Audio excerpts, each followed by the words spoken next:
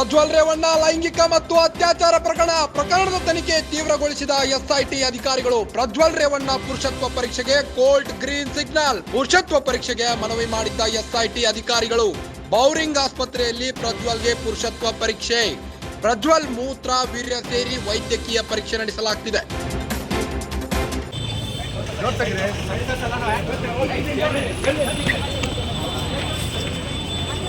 ಈಗಾಗಲೇ ಪ್ರಜ್ವಲ್ ರೇವಣ್ಣ ಅವರು ಲೈಂಗಿಕ ಮತ್ತು ಅತ್ಯಾಚಾರ ಪ್ರಕರಣದ ಹಿನ್ನೆಲೆ ಜೈಲಿನಲ್ಲಿದ್ದು ಪ್ರಕರಣದ ತನಿಖೆ ತೀವ್ರಗೊಳಿಸಲಾಗಿದೆ. ಎಸ್ಐಟಿ ಅಧಿಕಾರಿಗಳಿಗೆ ಪ್ರಜ್ವಲ್ ರೇವಣ್ಣನ ಪುರುಷತ್ವ ಪರೀಕ್ಷೆಗೆ ಕೋರ್ಟ್ ಗ್ರೀನ್ ಸಿಗ್ನಲ್ ನೀಡಿದೆ. ಪುರುಷತ್ವ ಪರೀಕ್ಷೆಗೆ ಮನವಿ ಮಾಡಿದ್ದ ಎಸ್ಐಟಿ ಅಧಿಕಾರಿಗಳು ಬೌರಿಂಗ್ ಆಸ್ಪತ್ರೆಯಲ್ಲಿ ಪ್ರಜ್ವಲ್ಗೆ ಪುರುಷತ್ವ ಪರೀಕ್ಷೆ ನಡೀತಾ ಇದೆ. ಪ್ರಜ್ವಲ್ನ ಮೂತ್ರ ವೀರ್ಯ ಸೇರಿ ವೈದ್ಯಕೀಯ ಪರೀಕ್ಷೆ ನಡೆಸ್ತಾ ಇದ್ದಾರೆ.